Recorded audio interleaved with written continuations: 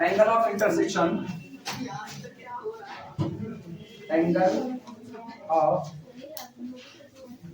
Intersection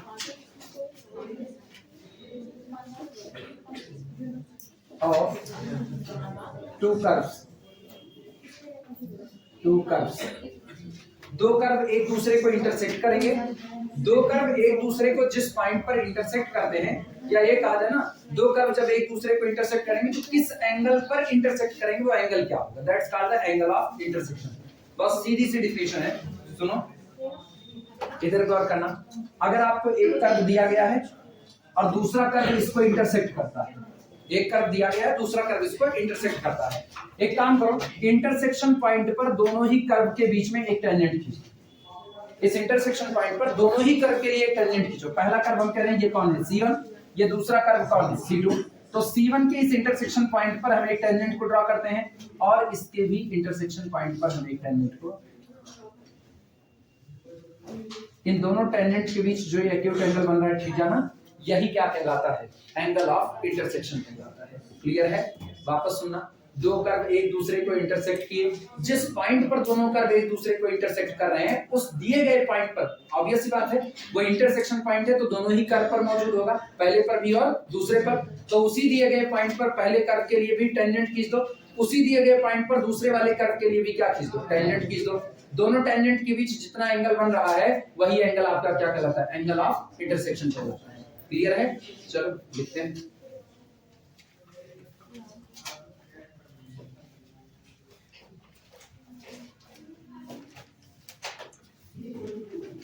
heading पढ़िए, angle of intersection.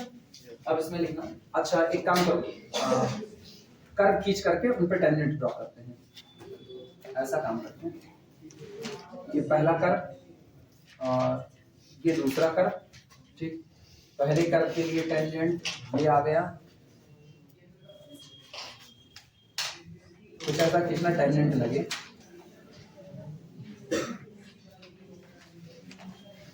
ठीक। दूसरे वाले कर्व के लिए टेंजेंट ये है, ठीक। पहला वाले कर्व को अगर हम C1 कहते हैं, दूसरे वाले कर्व को C2 कहते हैं, तो इसका टेंजेंट हो गया C1 पर खींचा गया टेंजेंट T1 और C2 पर खींचा गया टेंजेंट T2।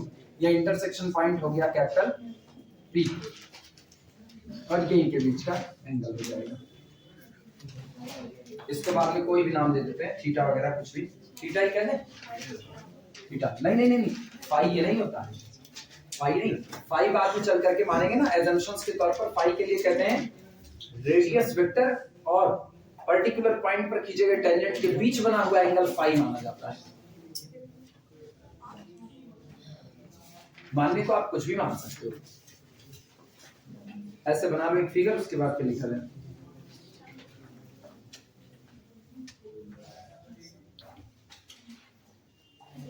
हम ये मान रहे हैं उस पूरे के पूरे फिगर में, सुनो बहुत ज्यादा इसमें लैंग्वेज नहीं लिख रहे हैं, सिंपल सा काम है। हम ये मान रहे हैं, माना पहला कर्व C1 और दूसरा कर्व C2 एक दूसरे को पॉइंट कैपिटल P पर इंटरसेक्ट करते हैं। इस दिए गए पॉइंट P पर पहले वाले कर्व पर खींचा गया टेंजेंट T1 है, दूसरे वाले कर्व पर खींचा गया टेंजेंट T2 है, और इन दोनों के बीच में बनने वाला एंगल जो थीटा है, यही अपना एंगल ऑफ इंटरसेक्शन होता है। चलो इसको सीधे सीधे लिख देते हैं। Curve C1 and C2, curve C1 and C2 intersect at capital P। माना कर्व C1 और C2 एक दूसरे को इंटरसेक्ट करते हैं eight the point capital P पर। T1 कौन है बता देते हैं, T1 इज इक्वल टू ऐसे कर tangent at capital P for C1। पहले वाले कर्व C1 के लिए particular intersection point capital P पर खींचा गया टेंजेंट कौन है, T1 है। T2 कौन होगा, T2 डैश कर देना, tangent at capital P for curve C2। दूसरे वाले कर्व के लिए इंटरसेक्शन पॉइंट पर खींचा गया टेंजेंट T2 है। तो दोनों के बीच में जो एंगल निकल करके आया थीटा, सिंपल सा फार्मूला था, theta is equal to tan inverse mod of m1 minus m2 upon 1 plus m1 m2।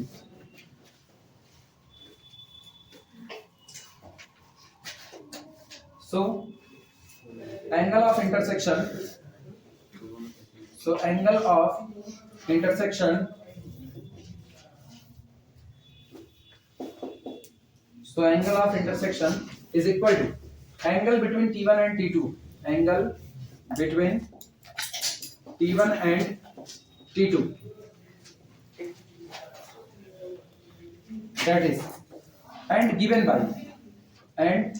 by और ये एंगल हमको दिया जाता है given by theta is equal to tan inverse mod of m1 minus m2 upon 1 plus m1 m2 लिख करके घेरा मार देना, ये फार्मूला है। m1 अभी बताते हैं कौन है। m1 ग्रेडियंट है पहले वाले टेंजेंट T1 का eight the point capital P, m2 भी ग्रेडियंट है दूसरे वाले टेंजेंट T2 का। तो m1 कौन होगा dy dx for the curve C1 at P, m2 कौन होगा dy dx for the curve C2 at point capital P।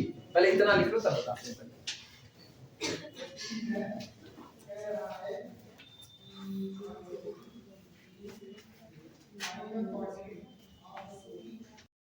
Where जहां पर देखना where m1 is equal to, सुनो m1 कौन है, m1 dy dx मतलब ग्रेडियंट है। क्या हुआ देखने में दिक्कत क्या है? अच्छा उससे दिक्कत थोड़ा नीचे लिख दें यहाँ, where m1 is equal to dy dx for first curve C1 at the point capital P, m1 gradient है टेंजेंट का एट जो कि किस पर खींचा गया है पॉइंट कैपिटल P पर, किसके लिए पहले वाले कर्व C1 के लिए। इसी तरीके से m2 की बात कर लेते हैं, m2 is equal to dy dx नहीं dy dx फर्स्ट ऑर्डर का डेरिवेटिव, दोनों के लिए अलग अलग निकल रहा है ना, for the curve C2 at capital P।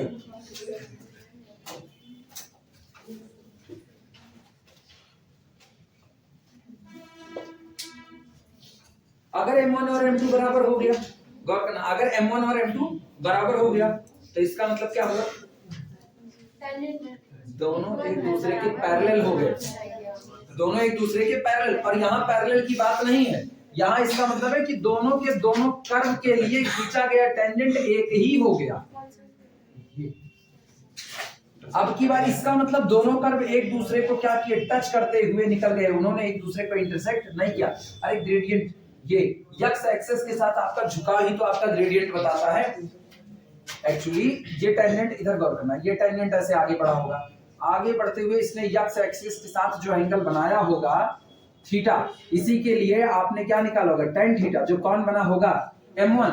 और इसी तरीके से ये जो दूसरा वाला टेंजेंट है ये आगे बढ़ता हुआ x एक्सिस से जो एंगल बनाया होगा कितना θ2, ये θ1 का है ये θ2, तो ये क्या दिया होगा tan θ2 और ये क्या बना होगा m2, m1 और m2 मिला। अब हम कह रहे हैं कि आज की तारीख में m1 और m2 दोनों बराबर हो गए, तो दोनों बराबर किस कंडीशन में होंगे, तब बराबर होंगे ना जब दोनों ही कर्व के लिए खींचा गया टेंजेंट कोइंसाइड कर जाएगा, एक दूसरे के ऊपर ओवरलैप करेगा। इसका मतलब अगर ऐसा हुआ तो ये टेंजेंट है, यानी दोनों कर्व एक दूसरे को इंटरसेक्ट नहीं कर रहे बल्कि एक दूसरे को टच करते हुए निकल गए। क्लियर हुआ, लिखना इसी बात को।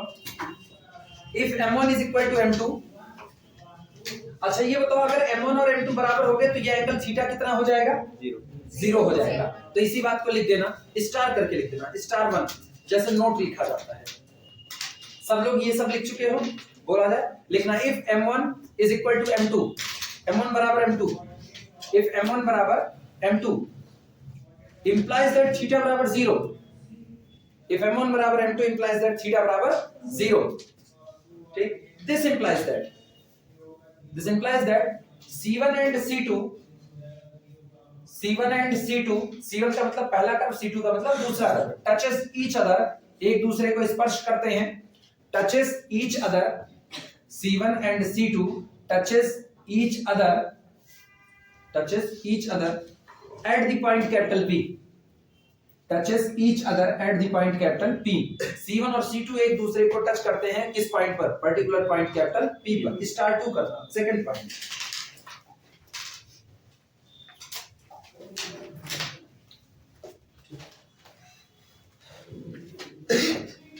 सुनो अगली बात, M1 और M2 दोनों में से कोई भी एक, M1 और M2 दोनों में से कोई भी एक इनफाइनाइट हो गया।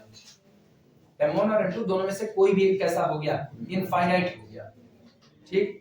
या एक इनफाइनाइट हो गया, दूसरा जीरो हो गया, तो ऐसे केस में कहानी क्या बनेगी? और एक इन्फिनिटी भी हुआ, एक भी इन्फिनिटी हुआ, तो सोचो tan इनवर्स कितना गया? इन्फिनिटी। और tan इनवर्स इन्फिनिटी का मतलब कितना हुआ? Pi by 2। इसका मतलब अब एंगल थीटा कितना रहा? Pi by 2। यानी दोनों कर्व ने एक दूसरे को कैसा कट किया? परपेंडिकुलर कट किया। इसको बोलते हैं ऑर्थोगोनली कट करना। दो कर्व अगर एक दूसरे को ऑर्थोगोनली कट करते हैं तो इसका मतलब ये हुआ कि उनके इंटरसेक्शन पॉइंट पर खींचे गए टेंजेंट के बीच बना हुआ ये एंगल कितने डिग्री का होगा? 90 डिग्री का। इसको लिख देना उसी में आगे, बोले लिखना, if m1 is equal to infinity, if m1 is equal to infinity, comma m2 is equal to 0, comma m2 is equal to 0, और अथवा और m1 is equal to 0, m1 is equal to 0, ठीक, comma m2 is equal to infinity, c1 and c2 implies that combined implies that C1 and C2 cut each other at 90 degree. Cut each other at 90 degree. अच्छा, कभी-कभी ये होता है, कभी-कभी एक और होता है, एक और जिसमें M1 M2 is equal to कितना आ जाए? -1। तब पर भी आपको पता है M1 M2 is equal to -1 है, मतलब दोनों लाइनें एक दूसरे के कैसे रही होंगी? परपेंडिकुलर। क्लियर है? ये तब का केस है ना जब M1 बराबर इन्फिनिटी और M2 बराबर कितना हो जाए? 0 हो जाए। ये तब का केस है। अब इसके बाद एक और केस बनता है जहां M1 और M2 दोनों आए, M1 और M2 दोनों आए, लेकिन दोनों का प्रोडक्ट कितना हो जाए? -1 हो जाए। तब के केस में भी आप कहोगे यही कि आपके कर्व एक दूसरे को कैसे कट कर रहे हैं? 90 डिग्री पर। स्टार 3 कर देना, star 3। if M1 into M2 is equal to -1, if M1 into M2 is equal to -1, implies that C1 and C2 cut at 90 degree. Implies that C1 and C2 cut at 90 degree. हो गया? दो तरीके हैं 90 degree वाले दिखाने के, दोनों रास्ते हैं। पहला, या तो M1 इन्फिनिटी आ जाए, M2 कितना आ जाए? 0, या M2 इन्फिनिटी आ जाए और M1 कितना आ जाए? 0। तब भी आप कह देना कि कर्व आपके किस एंगल पर काट रहे हैं? 90 डिग्री पर। और अगर ऐसा ना हुआ, आपने M1 और M2 दोनों निकाला और दोनों का प्रोडक्ट कितना आ गया? -1, तब पर भी आपके कर्व कैसे कट कर रहे हैं? 90 डिग्री पर कट कर रहे हैं। क्लियर है? चलो प्रॉब्लम नोट करते हैं तुरंत इसके ऊपर।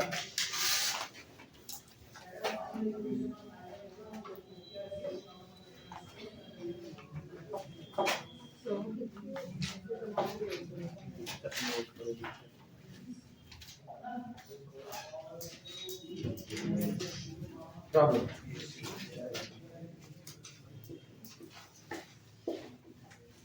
लिखना है इसमें, find the angle of intersection,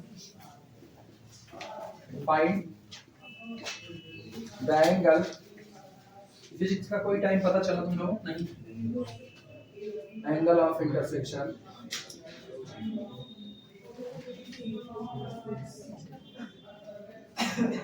नहीं, वो विपिन के यहाँ कुछ शादी वादी है ना, तो अभी कल शायद वो घर जाएंगे विपिन। हाँ, तो अभी कल तुम लोगों को कोई टाइम नहीं, उसके बाद कुछ बताएंगे। 12 से अपना फिजिक्स लगाएंगे। मेरा यही रहेगा, इसी पर। Find the angle of intersection of the curve दिया गया है। पहला, y is equal to 4 minus x square and y is equal to x square। दूसरा, x into y is equal to a square and x square plus y square is equal to 2a square। Note कर।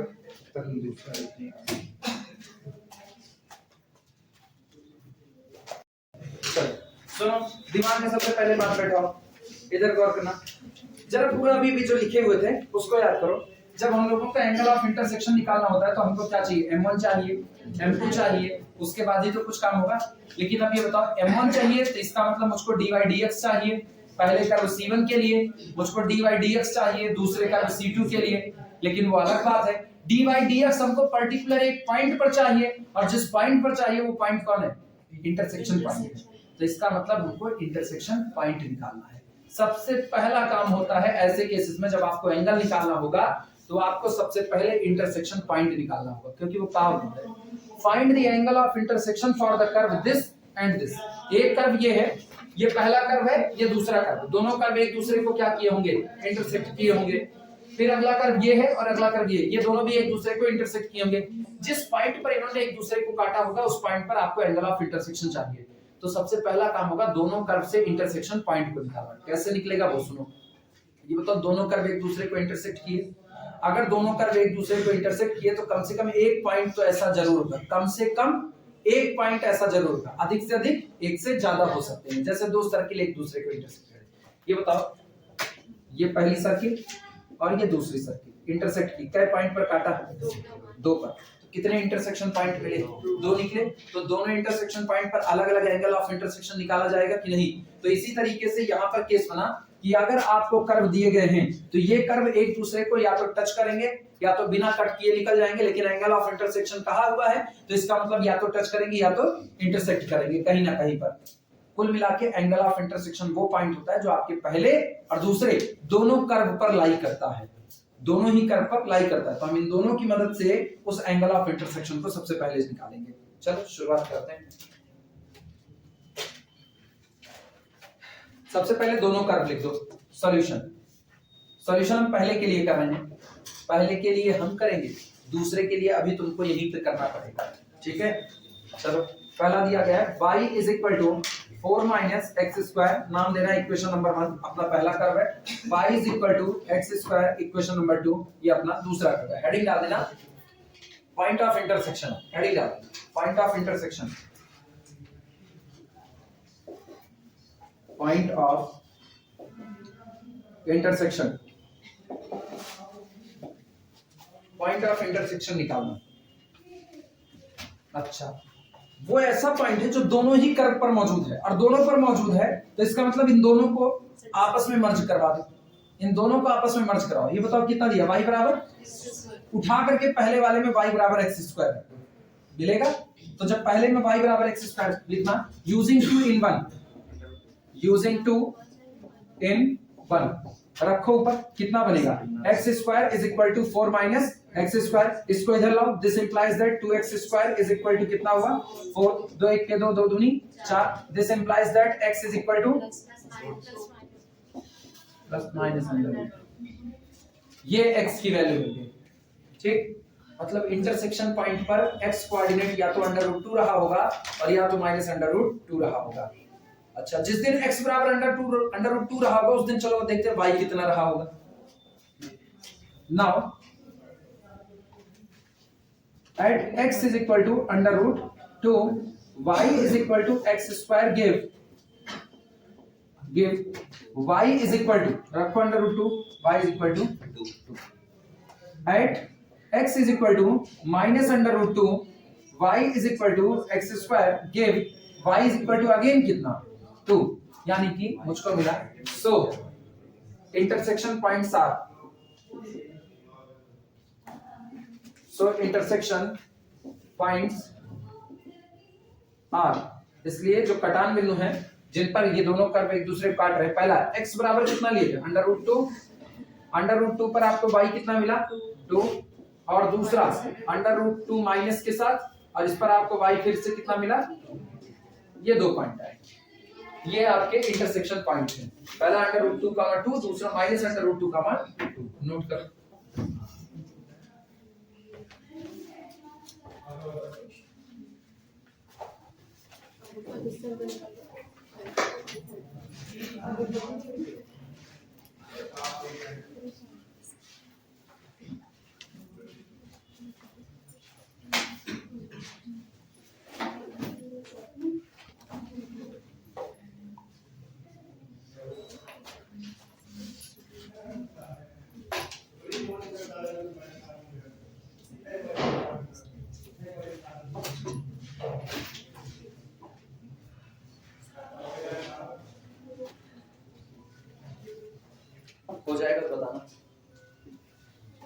पहला काम तो ये हो चुका है।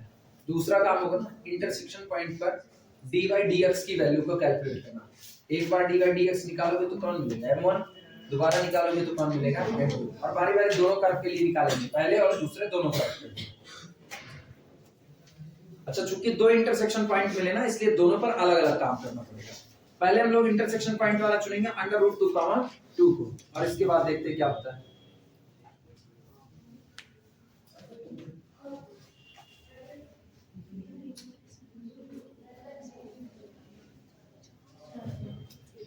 चलिए शुरू करें। सब लोग लिख चुके हो? अब ये इंटरसेक्शन पॉइंट नीचे पड़े हुए हैं। अब हम शुरुआत करेंगे। Now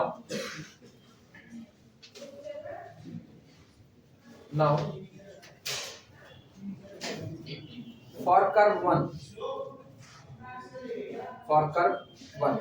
पहले कर्व के लिए। Now for the curve 1, dy dx at √2, 2 is equal to,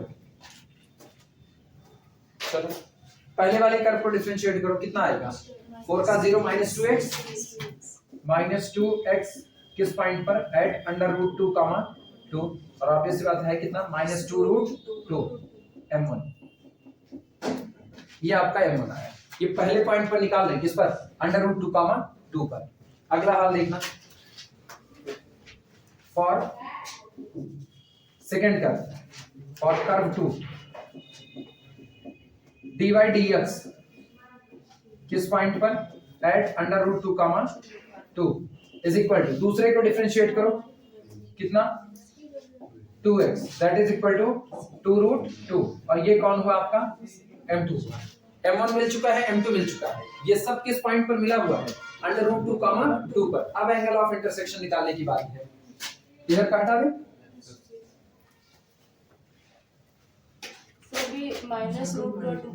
वो अलग से निकालना पड़ेगा। फिर से दो कटान बिंदु आए हैं ना, तो दोनों पर अलग अलग बनेगा।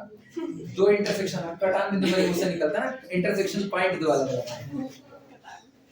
हाँ, कटान बिंदु जहां पर एक दूसरे के जिस पॉइंट पर काट रहे हैं। हिंदी मीडियम का बहुत तगड़ा असर होना भी चाहिए। हिंदी हमारी मातृभाषा है। चल शुरुआत करते हैं। क्या लिख रहे थे? अरे हम भूल गए, तुम लोग शुरुआत में क्या कर रहे थे? एंगल ऑफ इंटरसेक्शन निकालते हैं। Now angle of intersection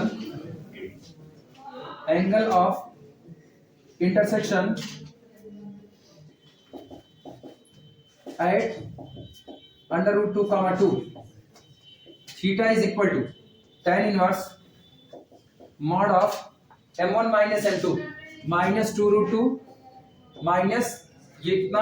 2√2 divided by 1 plus m1 m2 -2√2 into 2√2।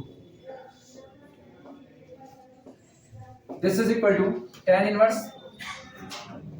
अच्छा ये बताओ, 2 2 4, और यहां से कितना हुआ? 4√2, माइनस के साथ मॉड लगा है तो बाहर निकालते केवल और केवल 4√2 अपॉन इनका हल लिखते, 2 दूनी 4 और 4 दूनी 8, और इधर कितना साइन? माइनस के साथ, तो यहां पर कितना? +1, दैट इज इक्वल टू -7, लेकिन मॉड की वजह से एंगल ऑफ इंटरसेक्शन आ गया। tan inverse 4√2/7, this is the angle of intersection. दूसरा वाला कैलकुलेट करो। दूसरा वाला मतलब ये अगले वाले पॉइंट के लिए सेम टू सेम आएगा, सेम टू सेम लिख देना। फिर सिमिलरली, हाँ लिख सकते हो, सिमिलरली लिखना करने के बाद लिख सकते हो, छूट है। Similarly angle of intersection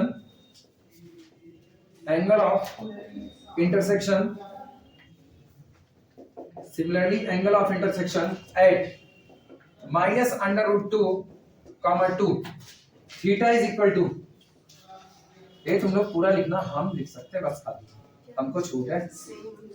theta is equal to same, तुम लोग मत लिखना, मुझको छूट है, तुमको नहीं।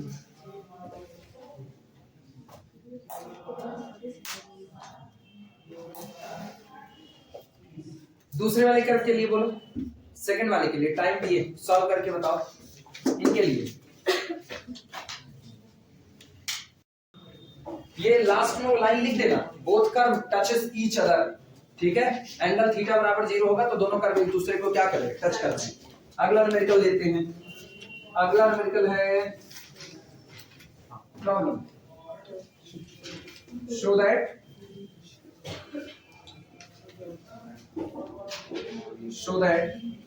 the curves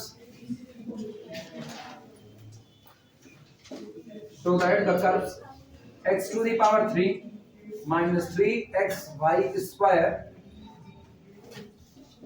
plus 2 is equal to 0 and 3x square y minus y cube is equal to 2 cuts orthogonally. कौन सा बनी? फिलहाल तो अभी +2 है, बाद में देखा जाएगा। Cuts orthogonally. अगर कैलकुलेशन में जरा सी भी इधर उधर हुई ना तो हम उसको -2 कर देंगे, क्योंकि आप खुद ही कह रहे हो ऑर्थोगोनली और आंसर नहीं मैच किया तो हम तो बदलाव कर ही सकते हैं। अब इस मामले में ना सीधे सीधे हम लोग स्वतंत्र हैं। अगर मेरा पूरा का पूरा कैलकुलेशन सही है और फिर भी आंसर में प्लस माइनस की गड़बड़ी आ रही तो इसका मतलब न्यूमेरिकल कहीं पर गड़बड़ हुआ है। दो कर्व दिया गया है, पहला है x³ - 3xy² + 2 is equal to 0, दूसरा है 3x² - y³ is equal to, और अपने को दिखाना है ये दोनों के दोनों कर्व एक दूसरे को कैसा कट करते हैं, ऑर्थोगोनल। आप सुनो, पिछले वाले जो कर्व थे ना बड़े आसान थे, तो हम लोग एंगल ऑफ इंटरसेक्शन निकाल लिए। यहाँ अपने लोग एंगल ऑफ इंटरसेक्शन निकालने वाले नहीं है, क्योंकि ये कर्व ऐसे है ना कि हम इनको सॉल्व करने जाएंगे तो शायद कुछ देर तक सॉल्व ही करते रहे। तो हम लोग रास्ता अपनाएंगे दूसरा वाला, m1 * m2 is equal to -1। तो पहले वाले के लिए dy/dx निकालो, दूसरे वाले के लिए dy/dx निकालो। तुम पाओगे sir ji point of intersection क्या होगा, फिर किस पॉइंट पर निकालेंगे, कोई जरूरत नहीं अपने को निकालने की। हम लोग सीधे कहेंगे, इधर गौर करना, माना पॉइंट ऑफ इंटरसेक्शन है x1, कितना y1, निकाल लिया। तो पहले वाले कर्व के लिए dy/dx निकालो, जहां जहां पर x है उसकी जगह पर क्या पुट कर दो x1, जहां जहां y है उसकी जगह पर y1। आपको dy/dx मिल गया, eight the point of intersection मिला, ठीक है। अपने पास पर्टिकुलर पॉइंट नहीं, क्या जरूरत है अपने को दूसरे वाले में आना। दूसरे वाले कर्व के लिए भी आप क्या निकाल लो, dy/dx, किस पर निकालेंगे, eight the point x1, y1। इसके आने के बाद हर जगह पर x की जगह कितना पुट कर दो, x1, y की जगह पर y1, और उठा करके दोनों का मल्टीप्लाई करा लो। क्यों? क्योंकि ये पहला कौन होगा m1, दूसरा कौन होगा m2, और दोनों का प्रोडक्ट कितना मिल जाएगा, -1 मिल जाएगा। इसका मतलब ना दोनों का साइन अपोजिट होगा और पहले वाले का रेसिप्रोकल कौन होगा, दूसरा वाला होगा, और मेरा काम बन जाएगा। चलो शुरुआत करते हैं। सबसे पहले वाले कर्व के लिए डिफरेंशिएशन अप्लाई करो।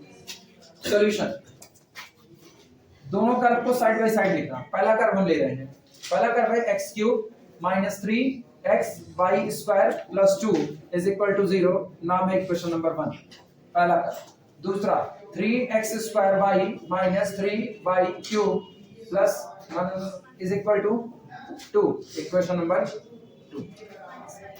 कौन सा गलत हुआ क्या? अच्छा 3y³ लिखनी है सर, y³ नोट करो।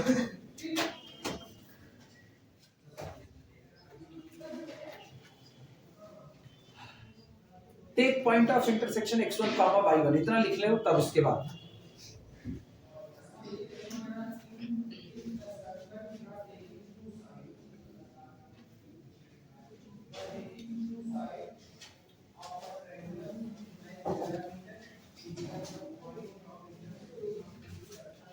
बोले,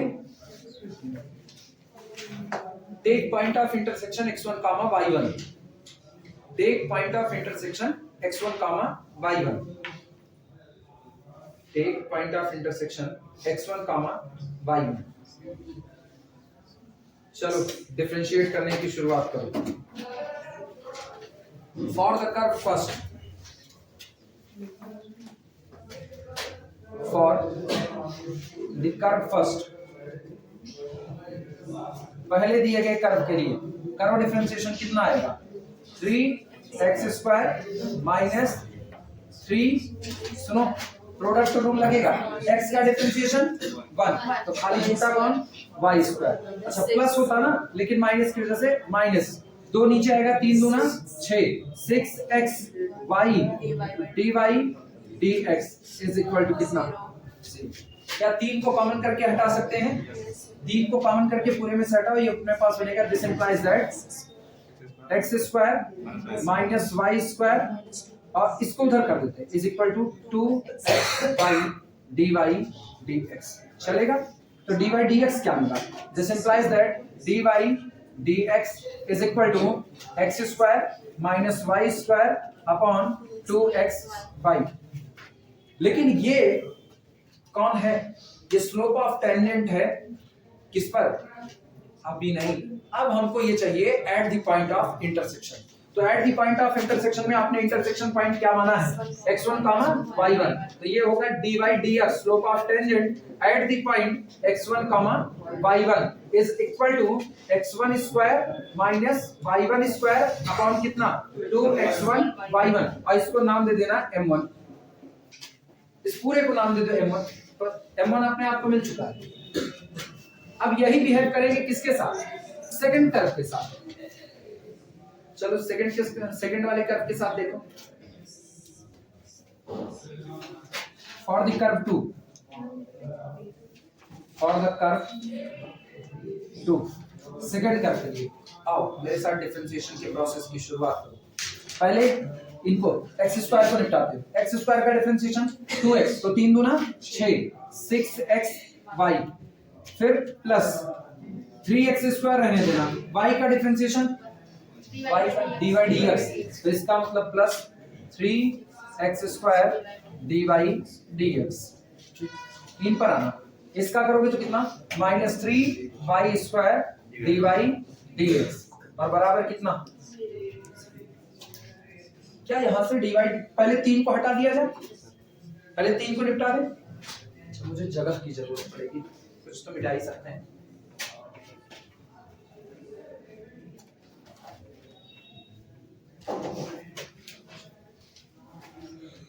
तो ये बनेगा अपने पास 2xy, ठीक, प्लस सुनो 3 हट चुका है, x square minus y square, x square minus y square, अब पूरे में से dy dx को बाहर कर लेते हैं, dy dx is equal to कितना 0, दिस इंप्लाइज दैट, बोलो dy dx बराबर, dy dx is equal to minus 2xy upon x square minus y square. लेकिन ये स्लोप ऑफ टेंजेंट नहीं है, हमको स्लोप ऑफ टेंजेंट चाहिए at the point of intersection, वो कौन है, x1 y1, तो this implies that dy dx at the point x1 y1 is equal to, बोलो कितना आएगा, minus 2x1 y1 upon x1 square minus y1 square, और ये पूरा क्या मान लिया जाए m2।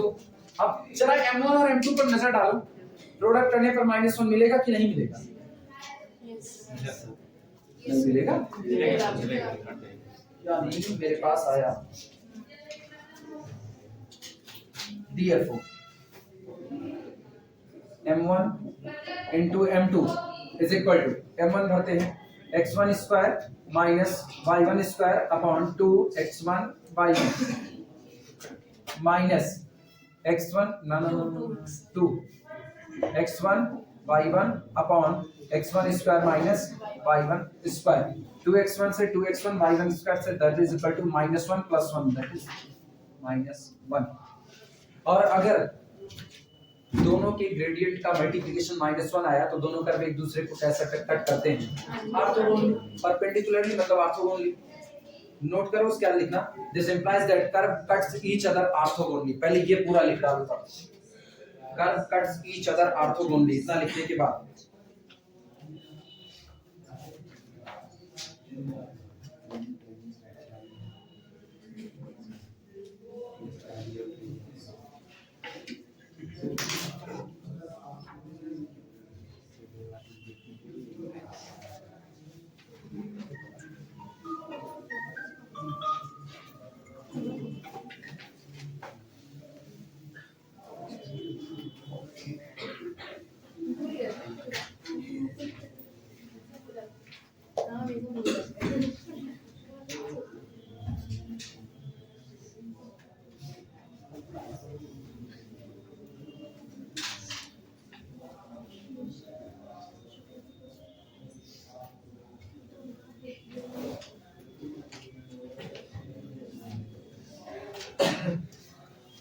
नोट कर लो तो फिर आगे बढ़ो, पहले नोट कर लो। अगला लिखना, न्यूमेरिकल नोट करो। चलो प्रॉब्लम दी गई है, show that the curves, problem लिखो, problem show that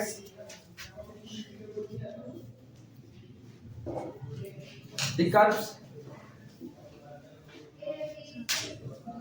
show that the curves lx square plus my square is equal to 1 and l dash x square plus m dash y square is equal to 1 will intersect orthogonally, will intersect orthogonally, will intersect orthogonally if yan ये है 1 by l minus 1 by l, 1 by l minus 1 upon m is equal to 1 upon l dash minus 1 upon m dash.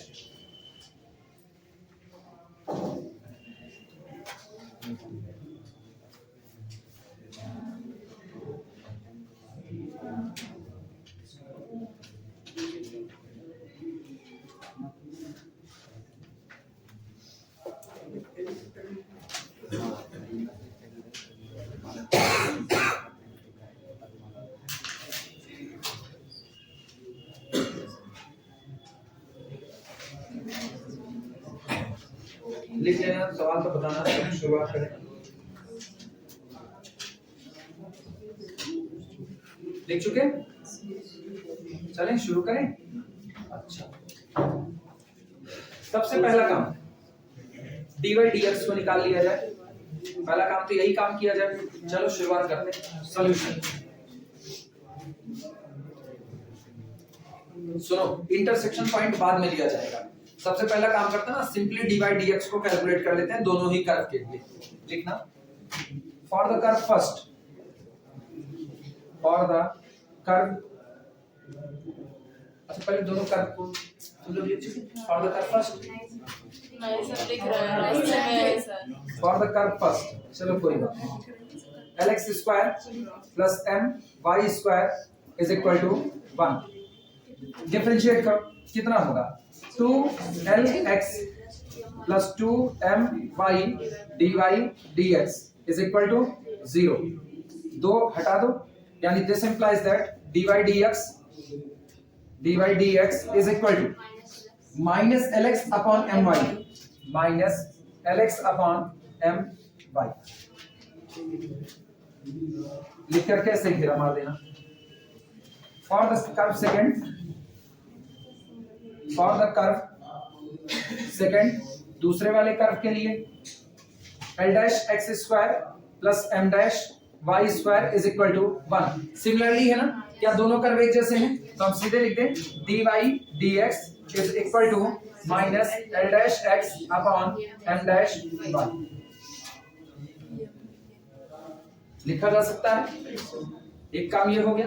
अच्छा, if point of intersection be, if point of intersection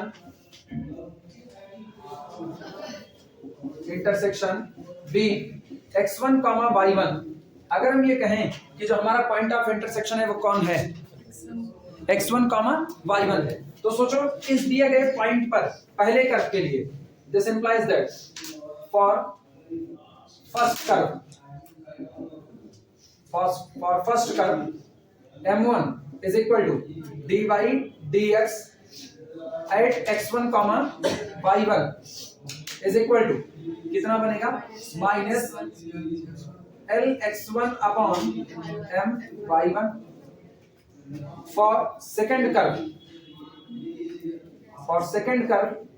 m2 is equal to dy dx at the point x1, y1 is equal to कितना बनेगा, l minus नहीं, अच्छा दोनों minus है, ठीक है, minus l dash x1 upon m dash y1।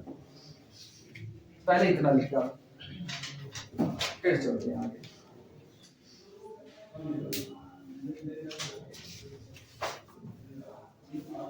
ये आपका स्लोप ऑफ टेंजेंट निकल चुका है eight the point x1 comma y1 पर।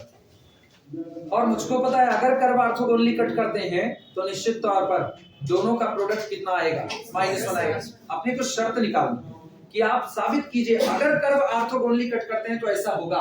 लिखा गया है show that the curve this and this will cut intersect orthogonally if, इतना अगर ये बराबर इसके है यानी 1/l - 1/m बराबर 1/l डैश - 1/m डैश के, तो आपके कर्व एक दूसरे को कैसा कट करेंगे, ऑर्थोगोनली। अपने उल्टा प्रूफ करेंगे, अपने माना कर्व ऑर्थोगोनली कट करते हैं तो ये शर्त भी निकल करके आएगी।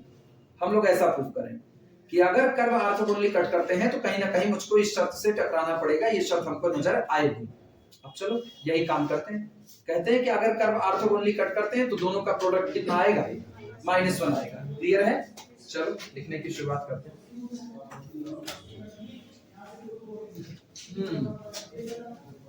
ये याद रखना, उधारी मान के लाई जाती है तो चुकाना पड़ता है। क्या यही लाइफ का रूल है कि नहीं? किसी से कोई सामान उधार मांग के लाओगे तो क्या चुकाओगे नहीं? ऋणम कृत्वा घृतं पिबेत्, ये कंडीशन तो नहीं बन सकती। आधे से ज्यादा सीबीएसई बोर्ड तो बिल्कुल नहीं सोचता। ऋणम कृत्वा घृतं पिबेत्, कर्ज लेकर के घी पीना, कौन सहमत होता है इस बात से? सहमत हो? कर्ज लेकर के घी पी सकोगे? कर्ज लेकर के घी नहीं पिया जा सकता, कर्ज लेकर के केवल अपनी जरूरतें पूरी की जा सकती है बस, और नहीं हो सकता। तो इसका मतलब यहाँ भी वही है, अगर आप उधारी मांग के लाओगे आपको चुकाना पड़ेगा। मतलब कहने का तात्पर्य ये है कि अगर आप कोई भी क्वांटिटी, इधर सुनो इधर, अगर आप कोई भी क्वांटिटी इस पूरे सॉल्विंग में अपनी मर्जी से इंक्लूड करते हो तो आपको उसको रिमूव करना पड़ेगा। एक भी क्वांटिटी अगर आप पूरे सॉल्विंग के दौरान अपने मन से इसमें डाल दिए तो आपको उसे क्या करना पड़ेगा, रिमूव करना पड़ेगा, यानी डिलीट करना पड़ेगा, या इसी को मैथमेटिकली शुद्ध शब्दों में कहते हैं एलिमिनेट करना पड़ेगा। अपने मन से हम इसमें क्या लेकर के आए हैं, x1 और y1। इसका मतलब पूरे सॉल्विंग के प्रोसेस के दौरान आखिरी में हमको x1 कामा y1 को क्या करना होगा, एलिमिनेट करना पड़ेगा। ये दिमाग में रखना, ठीक है? चलो इतना रहेगा तो सब ठीक है, सब चंगा सब हटाया जाए इसको।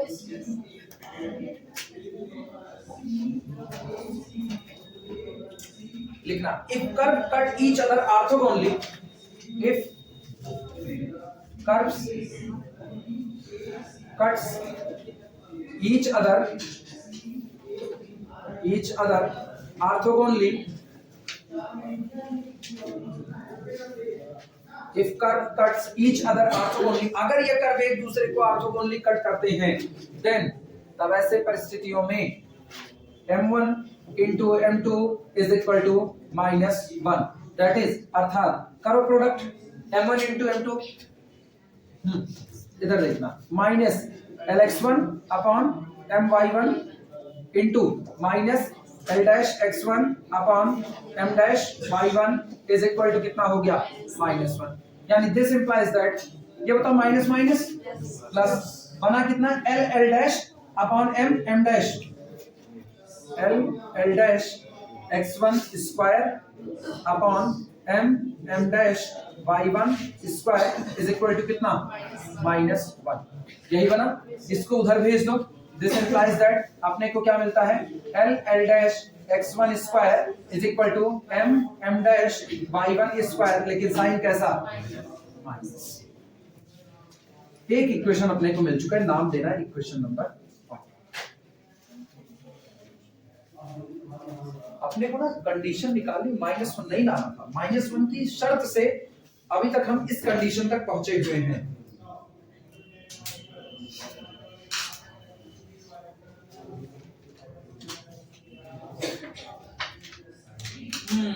सवाल उठता है कि अपने को x1 और y1 दोनों को एलिमिनेट करना पड़ेगा। कहां से एलिमिनेट होगा ये सोचने की बात है, पहले लिख लो, बताते हैं कैसे एलिमिनेट होगा।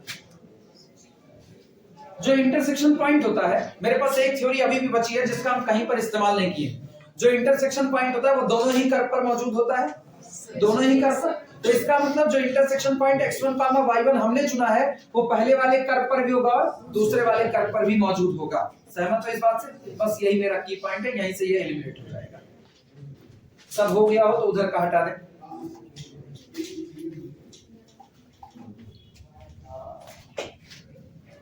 ध्यान से सुनना। सिंस इंटरसेक्शन पॉइंट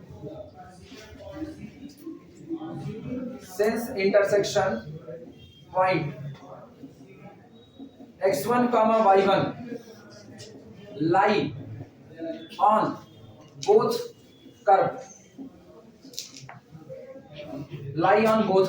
so चूंकि ये इंटरसेक्शन पॉइंट x1 y1 दोनों ही कर्व का पॉइंट है, भाई आप किसी पॉइंट पर दो कर्व एक दूसरे को काट दिए तो वो इंटरसेक्शन पॉइंट पहले का भी होगा और दूसरे का भी होगा, तभी तो इंटरसेक्ट किए। तो इसका मतलब पहले वाले कर्व में x1 y1 रखो, बोलो कितना मिलेगा पहले वाले में lx1 square plus my1 square is equal to कितना हुआ 1।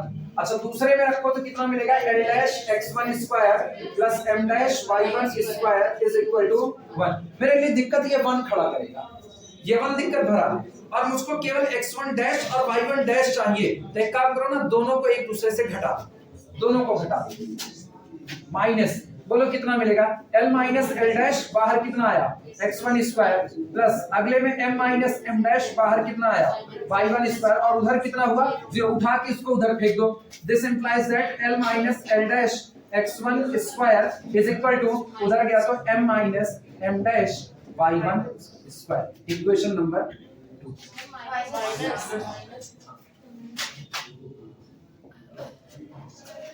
बस गलत नहीं लिखा था, देखो तुम लोग देख नहीं पाए, सब सही था, तुम लोग ध्यान नहीं दिए। अच्छा दो लोग आ गए ना, देखो साइड बाई साइड बैठा बगल बगल, क्योंकि अब यही दोनों लोग आपस में लड़ करके x1 y1 खत्म करेंगे।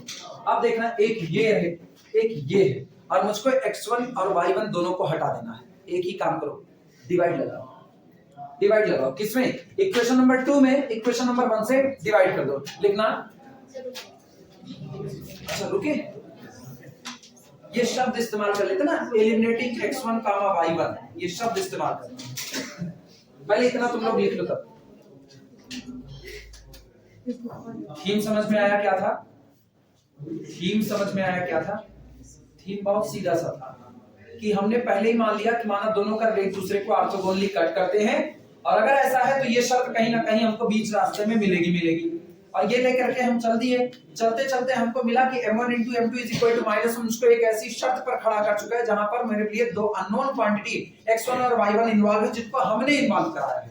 तो जब भी आप न्यूमेरिकल को सॉल्व करने में कोई चीज खुद से लाते हो तो आपको उसको लास्ट में क्या करना पड़ेगा, एलिमिनेट करना पड़ेगा। कहने का तात्पर्य रियल लाइफ में अगर आप उधारी मांग के लाए तो आपको चुकाना पड़ेगा। तो हमको x1 y1 को हटाना है, उसके लिए मेरे पास फिर एक थ्योरी बनी कि हम एक काम करते हैं, जो इंटरसेक्शन पॉइंट है वो दोनों ही कर्व पर लाई करता है, मतलब वो दोनों को सेटिस्फाई करेगा। रख दिया, दोनों में सेटिस्फाई किया, दोनों को घटा लिया, x1 y1 में एक और इक्वेशन आ गया। अब इन्हीं दोनों इक्वेशन की मदद से x1 और y1 को क्या कर देना है, हटा देना है।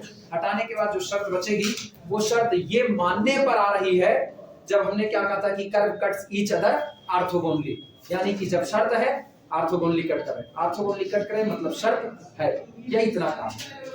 लैंग्वेज बोले लिखना डिवाइडिंग इक्वेशन, सॉरी रुको रुको रुको, टू एलिमिनेट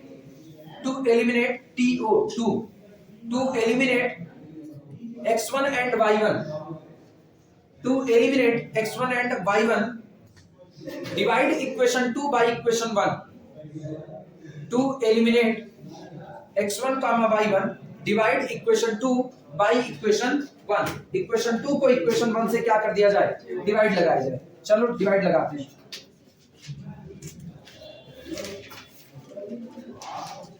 सुनो, पहले इक्वेशन नंबर 2 को देखा, लेफ्ट का लेफ्ट राइट का राइट डिवाइड लगा रहे हैं।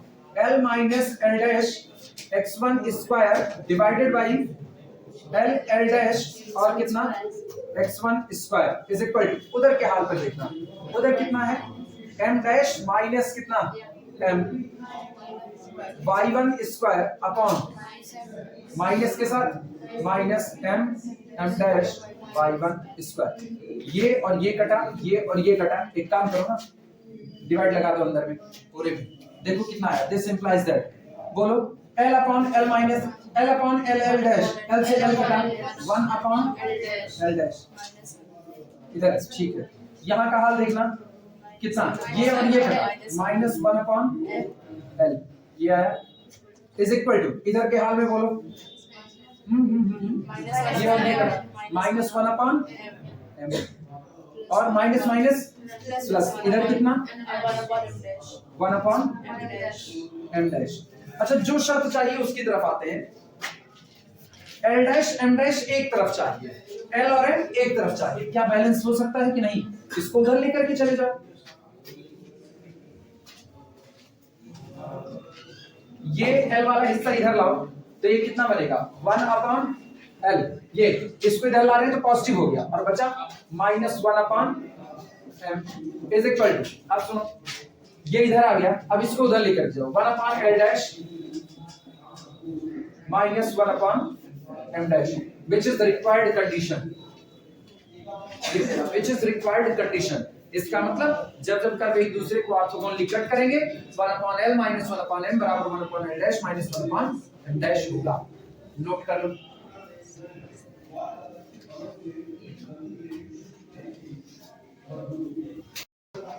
प्रॉब्लम नोट करो।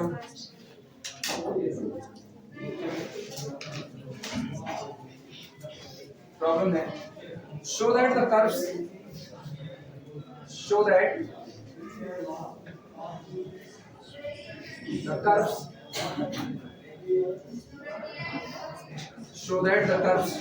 x square upon a square plus lambda 1 plus y square upon b square plus lambda 1 is equal to 1, and x square upon a square plus lambda 2 plus y square upon b square plus lambda 2 is equal to 1 cuts each other orthogonally, cuts each other orthogonally,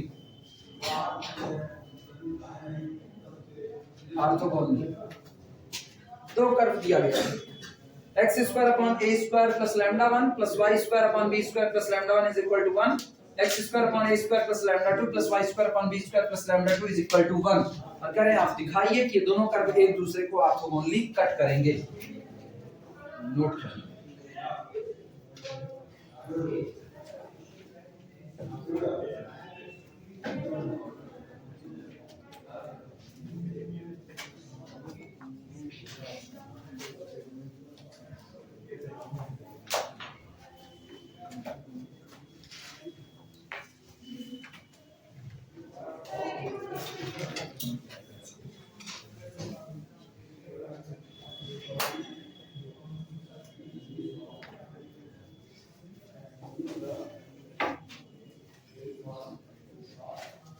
बताना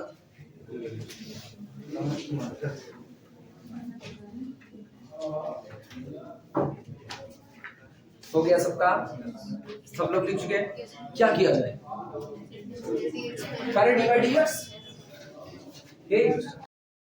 निकाला जाए D x, इसको differentiate करें, कितना आएगा 2x upon a square plus lambda, इधर वाले को करें 2y D by D x और फिर upon b square plus lambda 1, ऐसा करें? नहीं करेंगे, ऐसा नहीं करेंगे। अपने लोग ना स्मार्टली खेलने वाले इस पे। अरे चल रहा है, तुम चालू कर दिए थे, अरे मेरी गंदी वाली हंसी इसमें आ गई। अरे सॉल्यूशन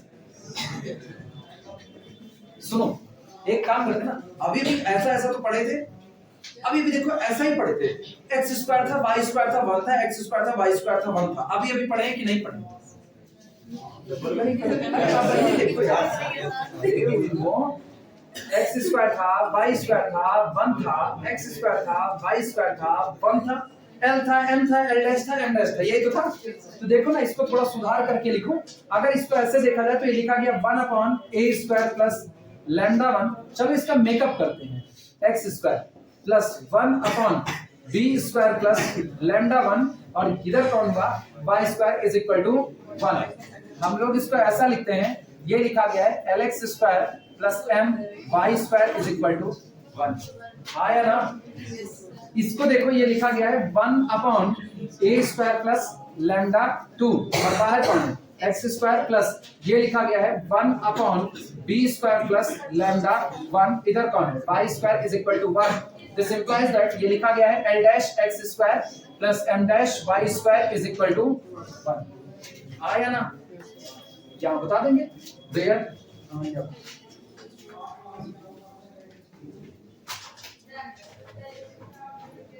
वेयर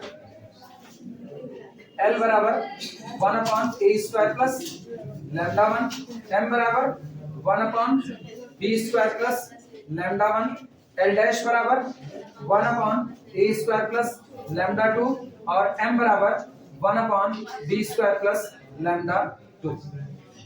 है कि नहीं?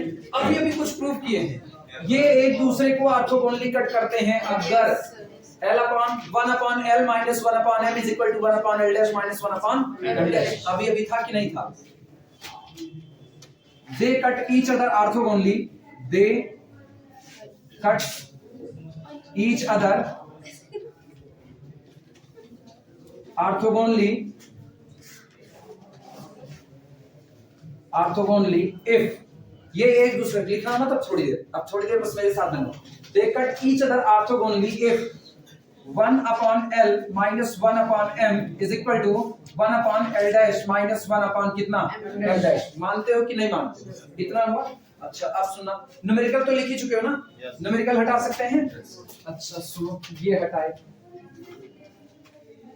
यानी दिस इंप्लाइज दैट इफ, यदि, कब काटेंगे ऑर्थोगोनली? यदि 1 upon L, बोलो 1 upon L कितना होगा? अरे 1 upon L, 1 upon L if a square plus lambda 1 minus 1 upon m कितना होगा?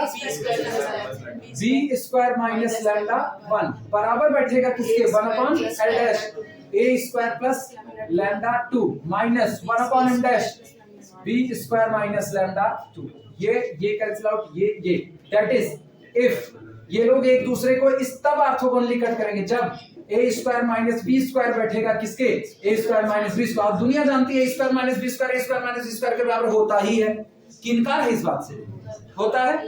ये कहे ये लोग ऑर्थोगोनली तब कट करेंगे जब ये क्वांटिटी इनके बराबर होगी, और ये क्वांटिटी तो इनके हमेशा बराबर होती है। तो यानी हाँ, ये लोग कैसे कट करेंगे? ऑर्थोगोनली कट करेंगे। हो गया प्रूफ कि नहीं? दिस इंप्लाइज दैट या which is always true, which is always true. So curve cuts each other orthogonally. Sir अगर ये पिछली वाली कंडीशन ना पता होती तो पिछला क्वेश्चन ना किए होते तब पूरा लगाना पड़ता। अभी तो खेल गए अच्छे से, तब पूरा अभी भी इसीलिए ना तुरंत इसको देख के पता चल गया ये होने वाला है, लगा दिए भाई। अपने को तो खाली बस कांस्टेंट दिख रहा था ना, L कोई कांस्टेंट, M कोई कांस्टेंट, L डैश कोई कांस्टेंट, M डैश कोई कांस्टेंट, लगा दिए उठा करके। नहीं पता होता तो झेलते रहते, तब फिर पूरा निकालना पड़ता ना। चलो लिख डालो। हाँ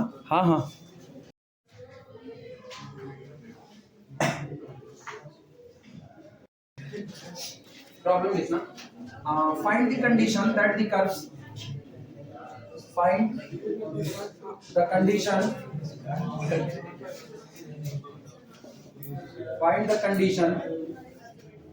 that the curves x square upon a plus y square upon b is equal to 1 and x square upon alpha plus y square upon beta is equal to 1 make cuts orthogonally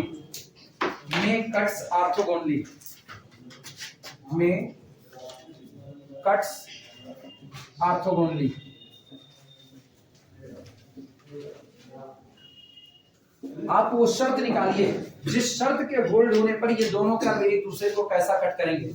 orthogonally cut करेंगे। ठीक, note करो। और मुझे शर्त मिल चुकी है। Solution, rewrite the given equations, rewrite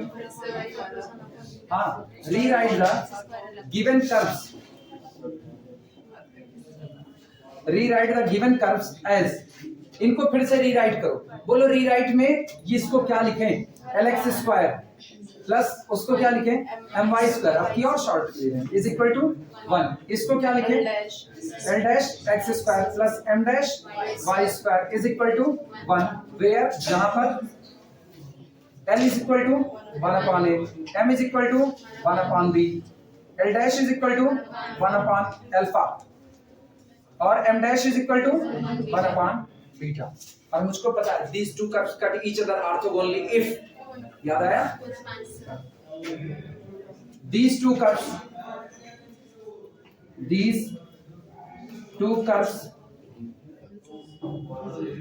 cut each other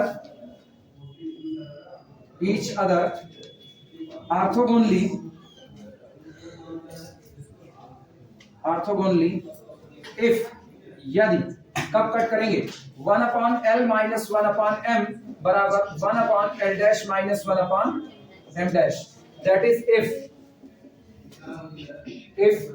रखो 1 अपॉन l बराबर a माइनस b बराबर अल्फा माइनस बीटा, शर्त आ गई। जिस दिन a माइनस b बराबर अल्फा माइनस बीटा होगा उस दिन दोनों कर्व एक दूसरे को कैसा कट करेंगे, आप तो बोलिए।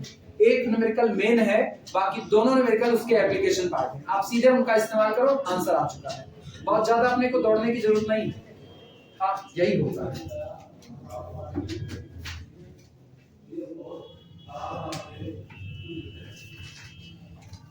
अच्छा जरा हमको जोड़ करके बताओ पहली एक्सरसाइज में कितने न्यूमेरिकल हुए अब तक, पहली एक्सरसाइज है ये टेंजेंट नॉर्मल, चेक करके बताओ कितने हुए आज, नहीं टोटल कितने हुए पहली एक्सरसाइज, आज एक जोड़ोगे तुम लोग, यही है, हम इतनी मेहनत कर रहे हैं, तुम लोग आज का जोड़ के बताओ सर जी, दो न्यूमेरिकल कराए हैं।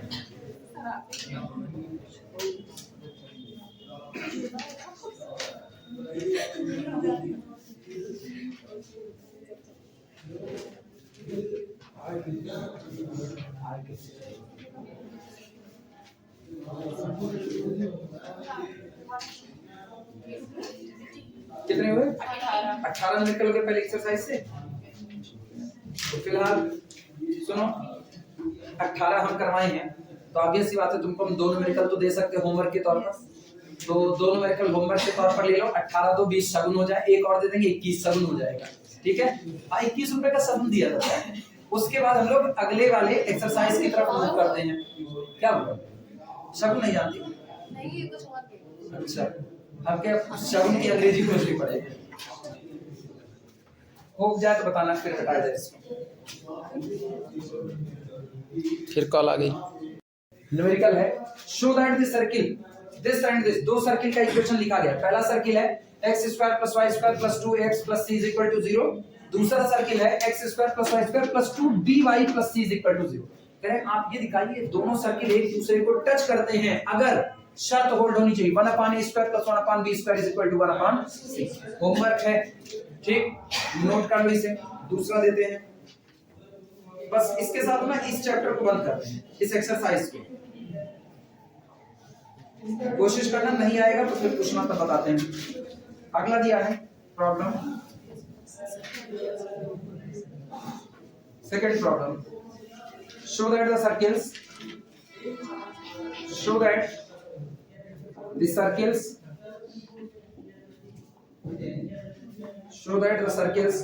x square plus y square minus 2x is equal to 0 and x square plus y square plus 6x minus 6y plus 2 is equal to 0 touch each other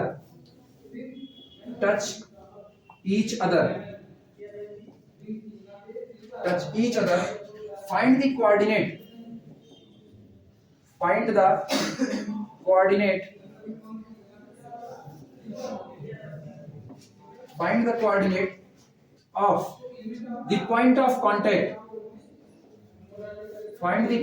of the point of contact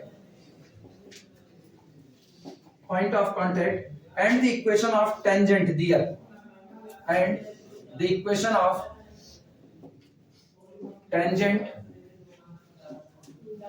there, दिया। ये कह रहा है ना, दो circle आपको दिए गए हैं, ये पहला सर्किल हो गया, ये दूसरा सर्किल हो गया। दो सर्किल एक दूसरे को टच करते हैं, पहला सर्किल ये है, दूसरा सर्किल ये है। कह रहे show that the circle this and this touch each other. पहली बात तो आप ये दिखाइए दोनों सर्किल एक दूसरे को टच करते हैं, एक काम। दूसरा काम, find the coordinate of the point of contact. Point of contact क्या? पॉइंट ऑफ कांटेक्ट, संपर्क का बिंदु। जिस पॉइंट पर दोनों सर्किल एक दूसरे को टच कर रहे हैं, that's called the point of contact. मतलब हमको ये इंटरसेक्शन पॉइंट निकालना है। ये दिस इज द इंटरसेक्शन, ऐसा इंटरसेक्शन ना जहां दोनों कटान बिंदु एक, दोनों के दोनों जो आपके इंटरसेक्शन पॉइंट है वो सेम हो गए। पॉइंट ऑफ कांटेक्ट, पहली बात तो आपको ये निकालनी है, पॉइंट ऑफ कांटेक्ट निकालना है। And the equation of tangent there, और इस पॉइंट ऑफ कांटेक्ट पर जो टेंजेंट खींचा जाएगा, हमको इस टेंजेंट का क्या निकालना है? इक्वेशन निकालना। तीन काम है। पहला काम, दिए गए दोनों सर्किल एक दूसरे को टच करते हैं, इस बात को साबित करना है। दूसरा काम, जिस पॉइंट पर टच करते हैं वो पॉइंट ऑफ कांटेक्ट निकालना है। और तीसरा काम, उस पॉइंट पर टेंजेंट का इक्वेशन dy dx निकाल करके उसका टेंजेंट का इक्वेशन निकालना है। कितना? किस चीज के? हम नहीं जानते, तुम लोगों को लगाना पड़ेगा, वो तुम लोग लगाओगे, हम काय नहीं। तुम ये कह रही हो कि ये सेंटर C1, इसका सेंटर कितना? C2, और अगर ये दोनों टच करते हैं तो C1 से C2 के बीच की दूरी R1 प्लस R2 के बराबर होगी। R1 radius of the first circle, R2 radius of the second circle. कर सकते हो, काय नहीं कर सकते, बिल्कुल। हाँ, कोई जरूरी नहीं, बस आपको ये बात साबित करनी है किसी तरीके से। अगर दो सर्किल एक दूसरे को टच करते हैं तो उनके सेंटर के बीच की जो दूरी होती है वो दूरी दोनों की रेडियस के सम के बराबर होती है। अप्लाई कर सकते हो, लेकिन पॉइंट ऑफ कांटेक्ट निकालना पड़ेगा। पॉइंट ऑफ कांटेक्ट आप ये नहीं कह सकते दैट द मिड पॉइंट ना, रेडियस बराबर होती अगर तो मिड पॉइंट था, रेडियस बराबर नहीं होगी तो मिड पॉइंट नहीं, तब इसको अलग तरीके से निकालना। फिलहाल दोनों होमवर्क है तुम लोगों के लिए, ठीक है? आया तो ठीक, नहीं आया तो फिर ग्रुप में पूछना, सॉल्व करके फिर बताते हैं। 18 तो 20 हो गए, शगुन पूरा करते हैं एक और से।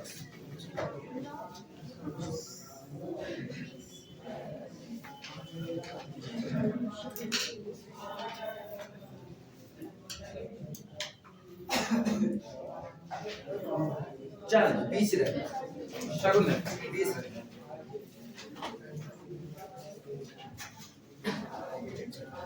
चलो आगे चलते हैं।